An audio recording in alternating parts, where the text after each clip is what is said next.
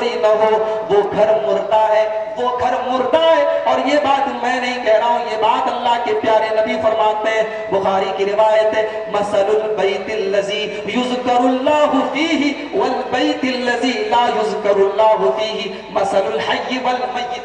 جس گھر میں اللہ کا نام نہ لیا جائے، نماز نہ پڑھا جائے، وہ گھر مردہ ہے، مردہ۔ اور ایک عجیب بات آپ کو بتاؤں کہ نماز جو ہوتی ہے، اس کے بارے میں قرآن مجید کے 21ویں پارے کی بالکل اسٹارٹنگ میں ایک عجیب بات اللہ نے کہی۔ کیا فرمایا؟ قرآن مجید کا 21واں پارہ اٹھائیے، اتل ما اوحی الیک من الکتاب واقم الصلاۃ ان الصلاۃ تنہی عن الفحشاء والمنکر۔ اے نبی، آپ قرآن کی تلاوت کیجئے اور نماز کی پابندی کیجئے۔ ان الصلاۃ تنہی عن الفحشاء والمنکر، بے شک نماز بے حیائی سے اور برائی سے روکتی ہے۔ دیکھیے انداز، دیکھیے بات کہنے کا انداز دیکھیے۔ یہ نہیں کہا گیا کہ نماز پڑھو گے تو برائی سے بچو گے، بے حیائی، کہا نماز روکتی ہے۔ اب آپ غور کیجئے، جو نوجوان فجر کی نماز جماعت سے پڑھے وہ رات میں موبائل پر گندی تصویریں دیکھے؟ جو نوجوان نماز کی پابندی کرے گا وہ آٹومیٹک بہت ساری گندگیوں سے، برائیوں سے، جس میں آج ہمارا نوجوان طبقہ ملوث ہے، وہ آٹومیٹک بچتا چلا جائے گا۔ اس کو کون بچائے گا؟ قرآن کہہ رہا ہے اس کی نماز بچائے گی۔ اور اللہ کے پیارے نبی اسی بات کو بڑی بہترین مثال کے ذریعے سمجھاتے ہوئے کہتے ہیں، بخاری اور مسلم کی روایت ہے، اللہ کے نبی فرماتے ہیں، ارأیتم لو ان علی باب احدکم نہرا، اے میرے صحابہ مجھے ایک سوال کا جواب دو، اگر کسی کے دروازے پر ایک نہر ہو اور اس نہر میں وہ 5 ٹائم نہاتا ہو، 5 ٹائم غسل کرتا ہو، تو اے میرے صحابہ میں تم سے ایک سوال کرتا ہوں کہ مجھے بتاؤ، فَهَلْ يَبْقَى عَلَى بَدَنِهِ مِنْ دَرَنٍ شَيْئًا، جو 5 ٹائم اپنے گھر کے دروازے پر نہر میں نہاتا ہے، اپنے بدن سے میل کچیل کو صاف کرتا ہے 5 ٹائم، تو اے میرے صحابہ مجھے بتاؤ کیا ایسے آدمی کے بدن پر میل کچیل باقی رہے گا؟ صحابہ نے کہا نہیں ہے اللہ کے رسول، جو 5 ٹائم نہائے گا اس کے بدن پر میل باقی نہیں رہے گا۔ اللہ کے نبی نے فرمایا فَذَلِكَ مَثَلُ الصَّلَوَاتِ الْخَمْسِ، نماز کی بھی یہی مثال ہے، جو 5 ٹائم کی نماز پڑھے گا اللہ تبارک و تعالیٰ اس کے بدن کو، اس کی روح کو میل کچیل سے صاف کرتا چلا جائے گا۔ نہانے سے بدن صاف ہوتا ہے، نماز سے روح کی گندگیاں نکلیں گی، روح کی برائیاں اور روح کی گندگیوں سے آپ کی۔ اور سب سے ٹیڑھی نماز، ایک مسلمان جس نماز کے سلسلے میں سب سے زیادہ لاپرواہی کرتا ہے، وہ کون سی نماز ہے؟ فجر کی نماز۔ فجر کی نماز اور فجر اور عشاء کی نماز کے بارے میں اللہ کے نبی کیا فرماتے ہیں؟ بخاری کے آپ الفاظ دیکھیے، اللہ کے نبی ارشاد فرماتے ہیں، ان اسقل الصلاۃ علی المنافقین صلاۃ العشاء و صلاۃ الفجر، منافق کے لیے سب سے بھاری نماز، سب سے مشکل نماز اگر کوئی ہے تو عشاء کی نماز اور فجر کی نماز ہے، سب سے مشکل نماز عشاء کی نماز اور فجر کی نماز۔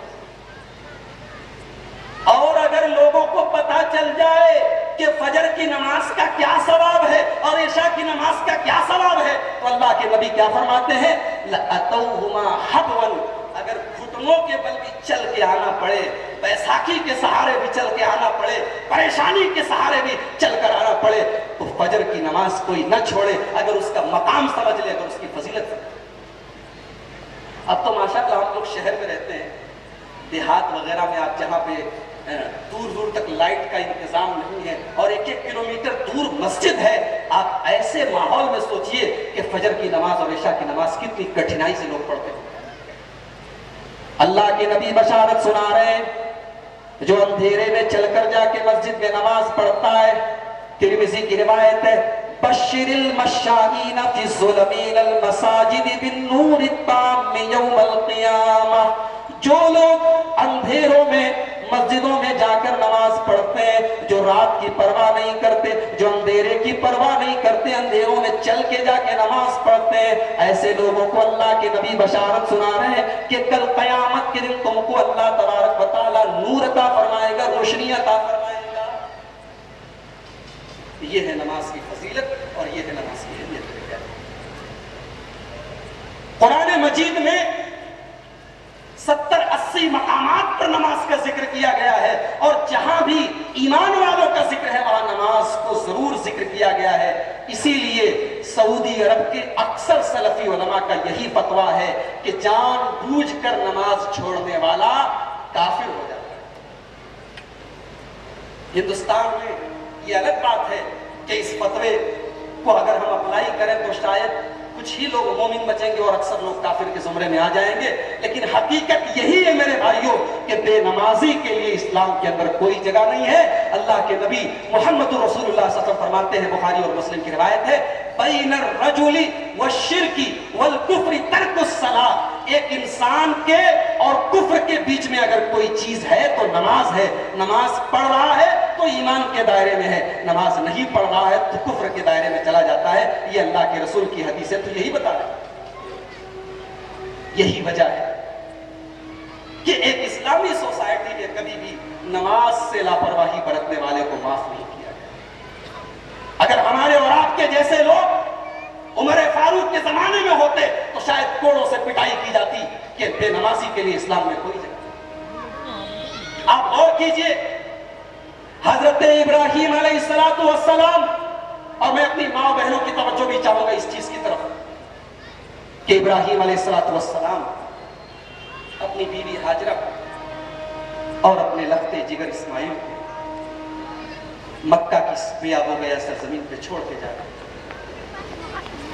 دور دور تک کوئی انسان نہیں، کوئی حیوان نہیں، تھوڑی سی کھجوریں ہیں مٹھی بھر، تھوڑا سا پانی ہے۔ حضرت ابراہیم علیہ السلام اپنی بیوی اور اپنے بچے کو چھوڑ کے جا رہے ہیں۔ حضرت ہاجرہ پوچھتی ہیں، اِلَى مَن تَتْرُكُنَا، اے میرے سرتاج آپ ہمیں کس کے حوالے کر کے جا رہے ہیں؟ اس میدان میں، اس جنگل میں، اس صحرا میں ہمیں کون دیکھے گا؟ کون ہماری رکھوالی کرے گا؟ آپ کے بچے کو کون دیکھے گا؟ آپ کی بیوی کو کون دیکھے گا؟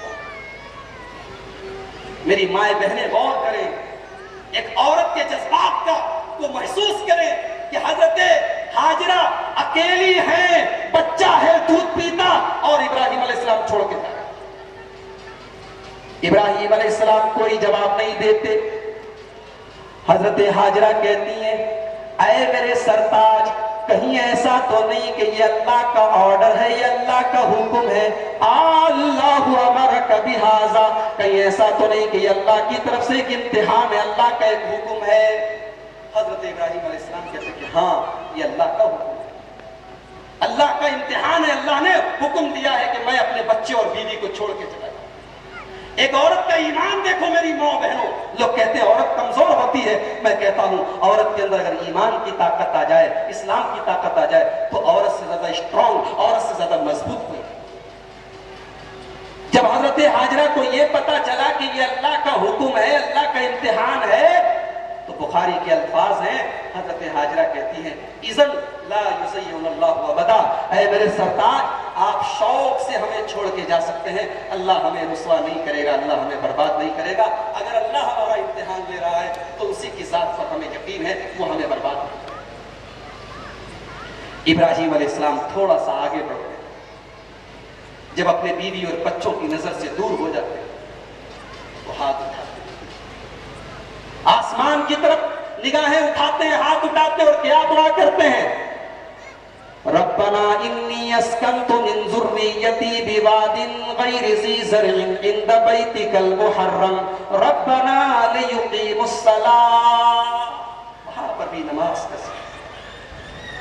اے میرے پروردگار، میں نے اپنی اولاد کو، اپنی فیملی کو، اپنی بیوی بچے کو اس بے آب و گیا سرزمین میں بسایا ہے، اے اللہ میں اپنی فیملی کو یہاں پہ بسا رہا ہوں، چھوڑ کے جا رہا ہوں، ربنا لیقیموا الصلاۃ، اے اللہ تاکہ آگے چل کر لوگ یہاں پہ نماز قائم کریں، یہاں پر نماز قائم کی جائے، سجدہ کیا جائے، تیرا نام لیا جائے۔ ابراہیم علیہ السلام نماز اپنی اولاد کو مکہ میں اگر آباد کر رہے ہیں تو نماز کا حکم ہے۔ اور میرے ساتھیوں، یہ جو حالات پوری دنیا میں اس وقت چل رہے ہیں، پورے ملک میں جو چل رہے ہیں، ان حالات میں بھی نماز بڑی امپورٹنٹ اور ضروری چیز ہے۔ کسی شاعر نے طنز مارتے ہوئے کہا تھا، دنیا تو گئی چاند ستاروں سے بھی آگے، ہم بیٹھے مصلے پہ دعا مانگ رہے ہیں۔ بنارس کے کسی شاعر نے یہ طنزیہ جملہ استعمال کیا تھا، مگر وہ شاعر میرے سامنے زندہ ہوتا تو میں کہتا کہ دنیا تو گئی چاند ستاروں سے بھی آگے اور ہم بیٹھے مصلے پہ دعا مانگ رہے ہیں۔ سوال دعا اور سوال نماز اور سوال مصلے کا نہیں ہے، مصلے اور دعا سے مسلمان کا تعلق آج بھی جڑا رہے گا اور انشاءاللہ قیامت تک جڑا رہے گا۔ اسلام آپ کو چاند پر جانے سے منع نہیں کرتا، آپ چاند پر چلے جائیے، مگر مصلے سے اور نماز سے اپنا تعلق مت توڑیے۔ ذرا یاد کرو، محمد الرسول اللہ صلی اللہ علیہ وسلم جب جنگ بدر کے موقع پر 313 کا مقابلہ 1000 سے تھا تو نبی اکرم نے تلواروں پر بھروسہ نہیں کیا، 313 پر بھروسہ نہیں کیا۔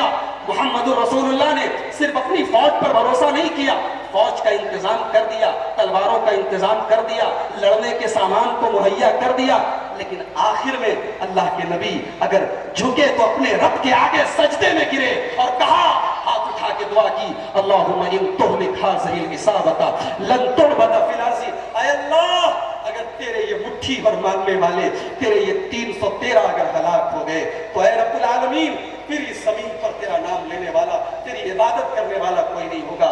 محمد رسول اللہ نے ہمیں یہ تعلیم دی ہے کہ دنیا میں کچھ بھی ہو جائے اپنا تعلق تم اللہ سے مت توڑو، اور اس تعلق کے لیے وَاسْتَعِينُوا بِالصَّبْرِ وَالصَّلَاةِ، صبر اور نماز۔ قرآن نے 2 چیزوں کا نام لیا ہے کہ مشکل سے مشکل حالات آ جائیں، 2 چیزوں سے اپنا کنیکشن مضبوط رکھو، 2 چیزوں کے ذریعے مدد طلب کرو۔ کون سی 2 چیزیں؟ ایک صبر ہے اور دوسری نماز ہے۔ اور میں اگر غور کیجئے، مجھے ایسا لگتا ہے کہ صبر اور نماز کا بڑا گہرا تعلق ہے۔ نماز کی پابندی کرنے کے لیے بڑا صبر چاہیے، مذاق نہیں ہے میرے بھائیوں۔ دسمبر کی اور جنوری کی کڑاکے کی سردی میں جب ایک آدمی اپنے کمرے میں کمبل اوڑھ کے سویا ہو اور فجر کی اذان ہو رہی ہو اور الصلاۃ خیر من النوم کی آواز مائک کے ذریعے، لاؤڈ اسپیکر کے ذریعے آ رہی ہو، اپنا نرم و گداز بستر چھوڑ کر، اپنا کمبل چھوڑ کے نماز کی پابندی اور ٹھنڈے ٹھنڈے پانی سے وضو کر کے جا کے فجر کی نماز پڑھنا، اس کے لیے بھی صبر کی ضرورت ہے۔ نماز اور صبر دونوں ایک دوسرے سے جڑی ہوئی چیزیں ہیں۔ اللہ نے فرمایا کہ صبر طلب کرو نماز سے اور صبر طلب کرو صبر سے، اور آگے یہ بھی کہا کہ نماز کی پابندی کرنا یہ کوئی آسان کام نہیں ہے۔ وَإِنَّهَا لَكَبِيرَةٌ إِلَّا عَلَى الْخَاشِعِينَ، نماز بڑی بھاری چیز ہے، نماز بڑی مشکل چیز ہے ان کے لیے جو اللہ سے نہیں ڈرتے ہیں، لیکن جو اللہ سے ڈرتے ہیں ان کے لیے نماز کی پابندی کوئی مشکل چیز نہیں ہے۔ جنہیں یقین ہے کہ ہمیں اپنے رب کے پاس جانا ہے، اللہ کے سامنے جانا ہے، ان کے لیے نماز کوئی مشکل چیز نہیں۔ تو میرے پیارے بھائیوں، یہ ہے نماز، اس کی پابندی کیجیے۔ اپنے گھروں میں نماز کا ماحول بنائیے، اپنے بچوں کو نمازی بنائیے۔ میری مائیں بہنیں جن کے پاس نماز نہ پڑھنے کا بڑا بہانہ ہے کہ ارے مولوی صاحب ہم کو تو روٹی بنانا ہے، کھانا بنانا ہے، کپڑے دھونا ہے، صفائی کرنا ہے، ہم کو نماز کے لیے ٹائم نہیں ملتا ہے۔ میں ایک ہی سوال کرنا چاہوں گا اپنی ماں بہنوں سے کہ کیا حضرت فاطمہ اپنے کپڑے نہیں دھوتی تھی؟ کیا حضرت عائشہ اپنے گھر میں صفائی نہیں کرتی تھی؟ ارے آج تو اللہ تبارک و تعالیٰ کی بہت ساری نعمتیں ہمیں مل گئی ہیں۔ کھانا بنانے کے لیے ہمارے پاس جو ہے گیس کا چولہا موجود ہے، کپڑا دھونے کے لیے واشنگ مشین موجود ہے۔ حضرت فاطمہ نے تو چکی چلا چلا کے آٹا پیسا تھا، حضرت عائشہ رضی اللہ تعالیٰ نے لکڑی جلا جلا کے کھانے بنائے تھے، لیکن انہوں نے نماز کی پابندی کی ہے، اور نماز ہی کی نہیں، تہجد کی پابندی کی ہے۔ آج ضرورت ہے مسلم سماج کو اور مسلم معاشرے کو ایسی فیملی کی، ایسے پریوار کی کہ جہاں اگر مرد اگر نماز کے معاملے میں لاپرواہی کرے تو عورت جو ہے اس کو نماز کی ترغیب دے، اگر عورت نماز کے معاملے میں لاپرواہی کرے تو مرد جو ہے